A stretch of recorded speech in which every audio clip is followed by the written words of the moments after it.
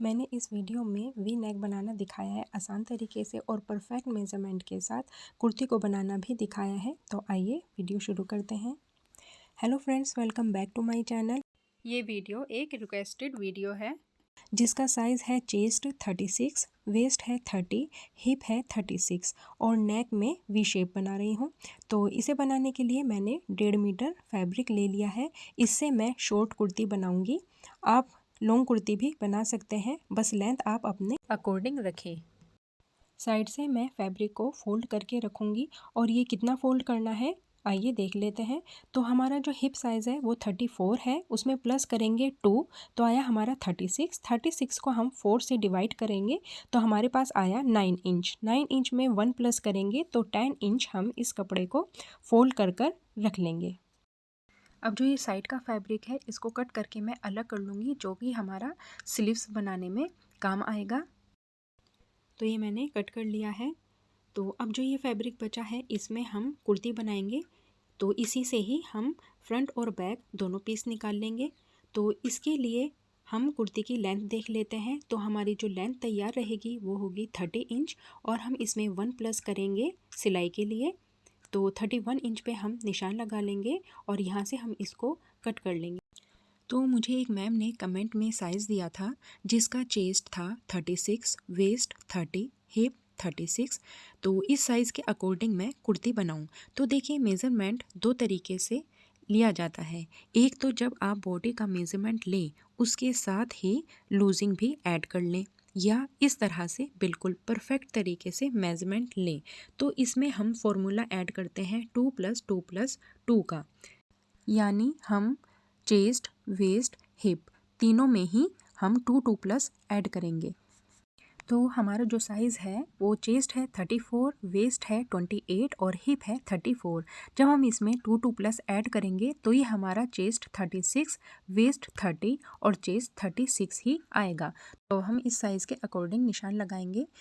तो हमारे शोल्डर है 14 इंच, इसको हाफ़ करेंगे तो हम 7 इंच पे निशान लगा लेंगे। अब हम ये आर्म होल का निशान लगा रहे हैं, ये लगाएंगे हम 7.5 पर, यानी 7.5 इंच पर। तो ये हमने आर्म होल का निशान लगा लिया है। अब हम चेस्ट का निशान लगाएंगे।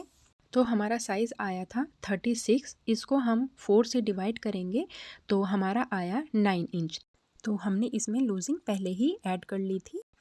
तो जिसका परफेक्ट मेज़रमेंट लेने के बाद चेस्ट 36 है वो इसमें 2 प्लस करें तो आया 38। उसको हम करेंगे 4 से डिवाइड तो हम 9.5 इंच पे हम निशान लगा लेंगे। तो ये देखिए अब हम कमर का निशान लगाएंगे। ये हमने चेस्ट का निशान लगाया है, ऊपर से हम लगाएंगे 7.5 इंच पे। कमर का जो निशान लगाएंगे वो हम 13 इंच पे लगाएंगे और जो हिप का निशान लगाएंगे वो हम लगाएंगे 21 इंच पे। अब मैं कमर की चौड़ाई का निशान लगाऊंगी और वो मैं लगाऊंगी 7.5 इंच पर, क्योंकि हमारी कमर 28 इंच थी। 2 हमने प्लस करा तो उसमें आया 30 इंच और 4 से डिवाइड करा तो हमारे पास आया 7.5 इंच। अगर आपकी कमर की चौड़ाई 30 है तो आप उसमें 2 प्लस करेंगे तो आया हमारा 32। इसे 4 से डिवाइड करेंगे तो हमारे पास आया 8 इंच। तो आप 8 इंच पर निशान लगाएं। अब हम ये हिप की चौड़ाई का निशान लगा रहे हैं। तो हिप हमारे थे 34, 2 ऐड करेंगे आया 36, 4 से डिवाइड करेंगे तो हम ये 9 इंच पे निशान लगाएंगे। आप यहाँ पर 9.5 इंच पर निशान लगाएं। अब हम इन्हें सभी निशानों को एक दूसरे से ज्वाइन कर लेंगे। ये देखिए इस तरह से।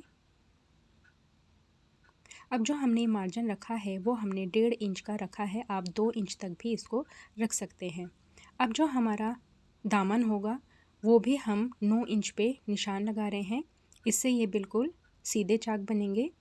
और जो चाक की चौड़ाई है वो मैंने 1 इंच रखी है, क्योंकि मैं इसको सिलाई मशीन से ही फोल्ड करूँगी। अगर आप इसमें हेमिंग कर रहे हैं तो आप इसको 1.5 इंच तक रखें। मार्जिन का भी हम निशान लगा लेंगे। ये देखिए चाक की मैंने चौड़ाई 1 इंच रखी है। अब मैं गले की चौड़ाई लगा रही हूँ। इसका निशान मैंने 2.5 इंच पर लगाया है। अब हम 1/2 इंच पर शोल्डर को डाउन करेंगे। यहाँ पे मैं 1/2 इंच पर निशान लगा रही हूँ। अब इन दोनों निशानों को ही हम मिला लेंगे।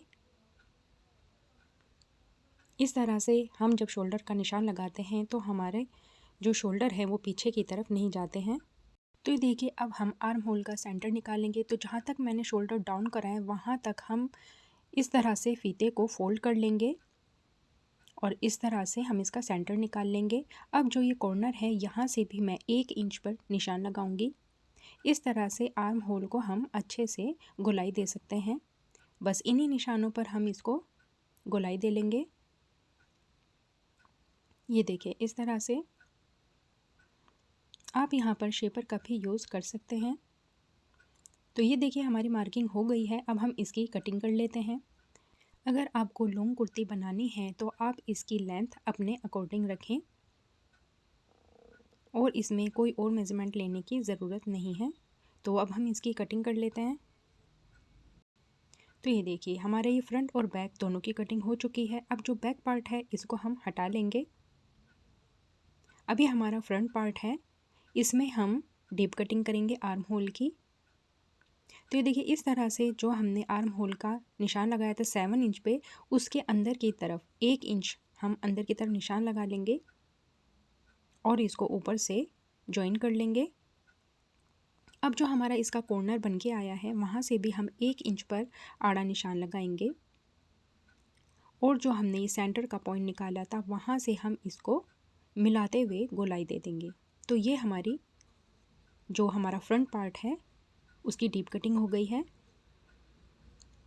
इस तरह से जो हमारा कमीज़ है वो परफेक्ट तरीके से बन के तैयार होती है। यहाँ पे झोल नहीं आता है। तो ये देखिए इस तरह से हम इसकी भी कटिंग कर लेते हैं। तो ये हमारे फ्रंट पार्ट की भी कटिंग हो चुकी है। अब हम इसमें से स्लीव्स निकालेंगे। तो अब हम कपड़े को फोल्ड कर कर रखेंगे। तो उसके लिए हमारी स्लीव्स की जो लेंथ है वो है 17 इंच। तो 17 इंच तक हम इसको फोल्ड कर कर रख लेंगे।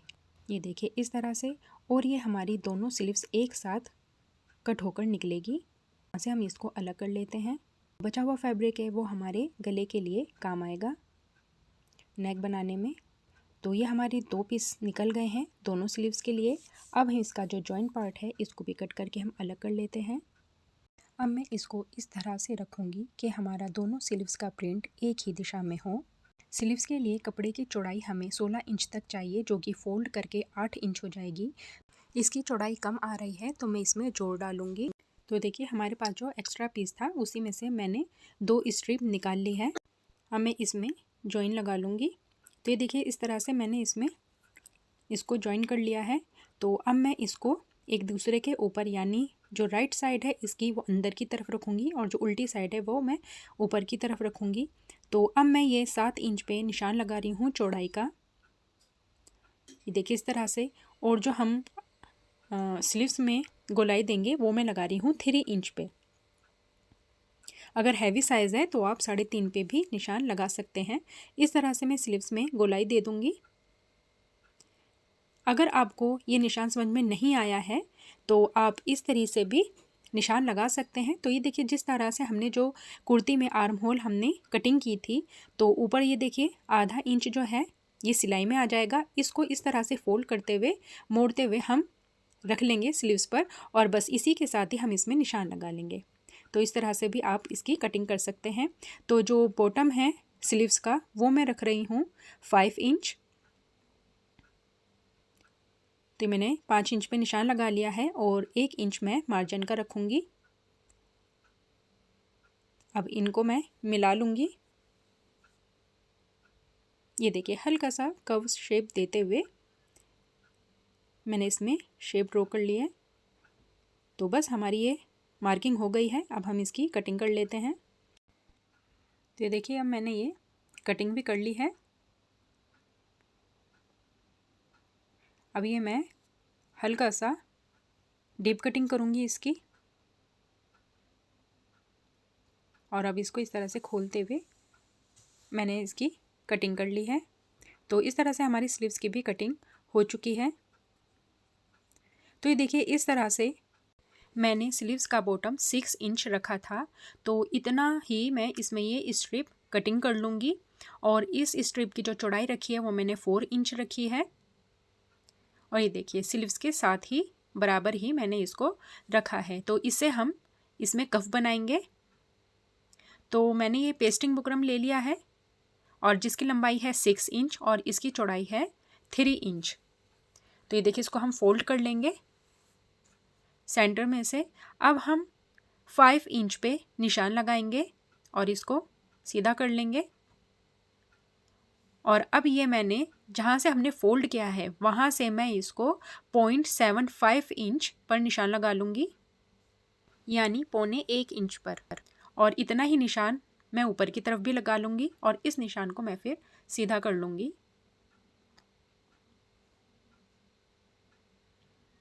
ये देखिए इस तरह से।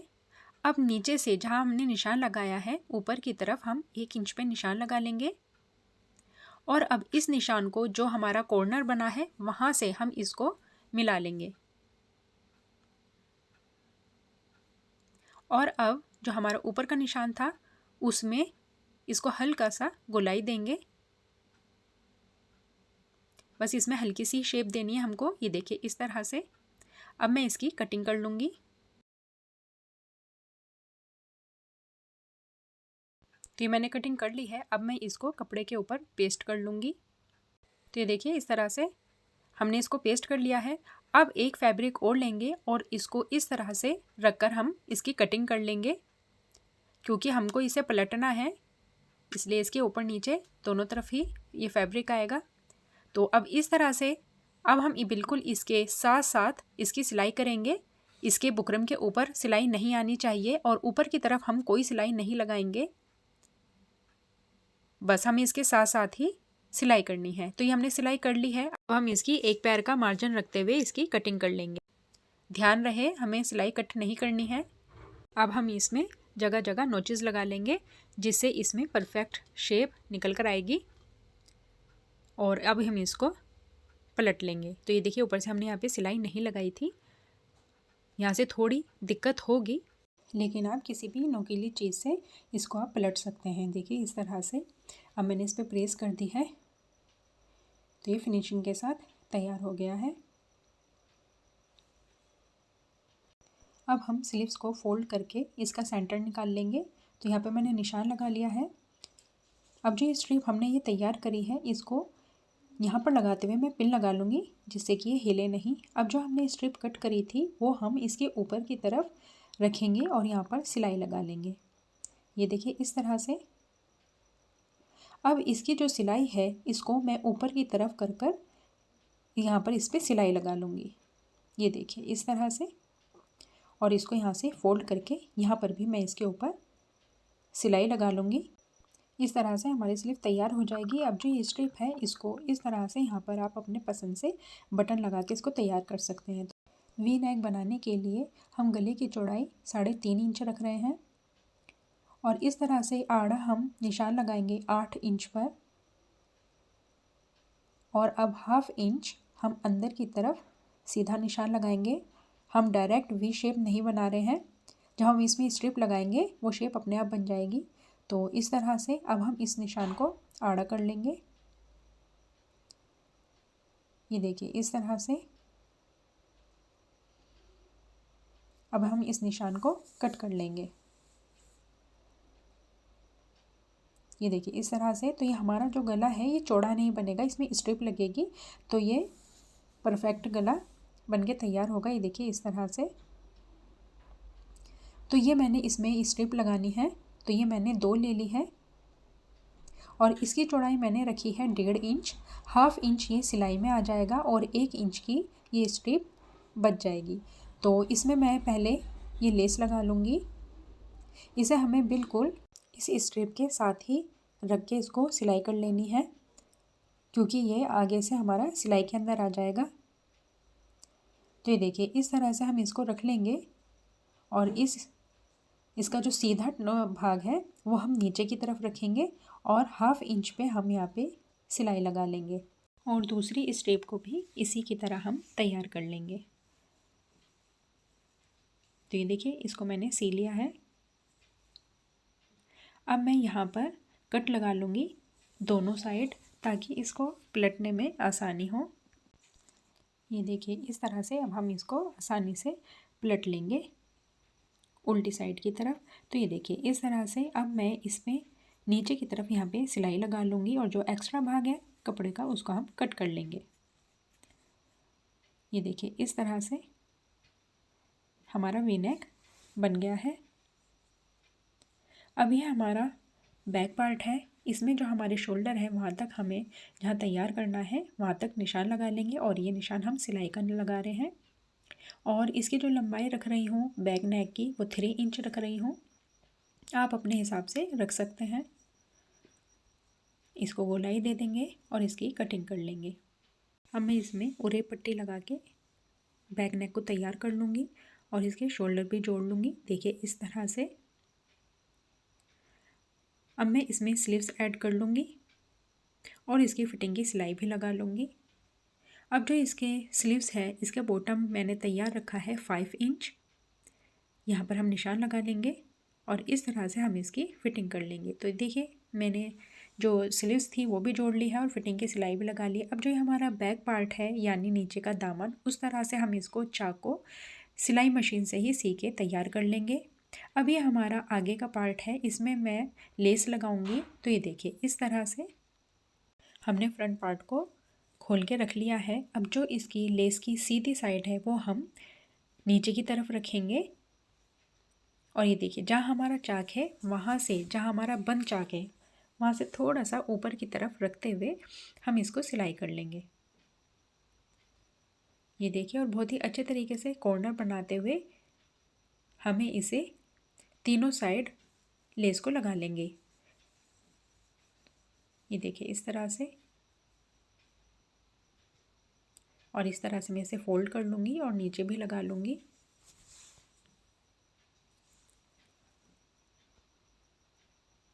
ये देखिए इस तरह से तीनों ही साइड मैं लेस लगा के इसको तैयार कर लूँगी। अब जो हमारा ये बचा फैब्रिक था इस तरह से हम इसको फोल्ड करके इसके ऊपर भी मैं सिलाई लगा लूँगी। आप अगर परफेक्ट तरीके से सी सकते हैं तो आप लेस पे सिलाई ना लगा के डायरेक्ट इस पे ऐसे भी सिलाई लगा सकते हैं। तो ये देखिए इस तरह से मैंने लेस लगा ली है। अब जो इसका कॉर्नर है वहाँ पर हम इस तरह से आड़ी सिलाई लगाएंगे। इससे क्या होगा कि हमारे जो ये फोल्ड करेंगे जब हम इसे उल्टी साइड, तो हमें एक कॉर्नर मिल जाएगा और आसानी होगी और फिनिशिंग के साथ ये मुड़ेगा।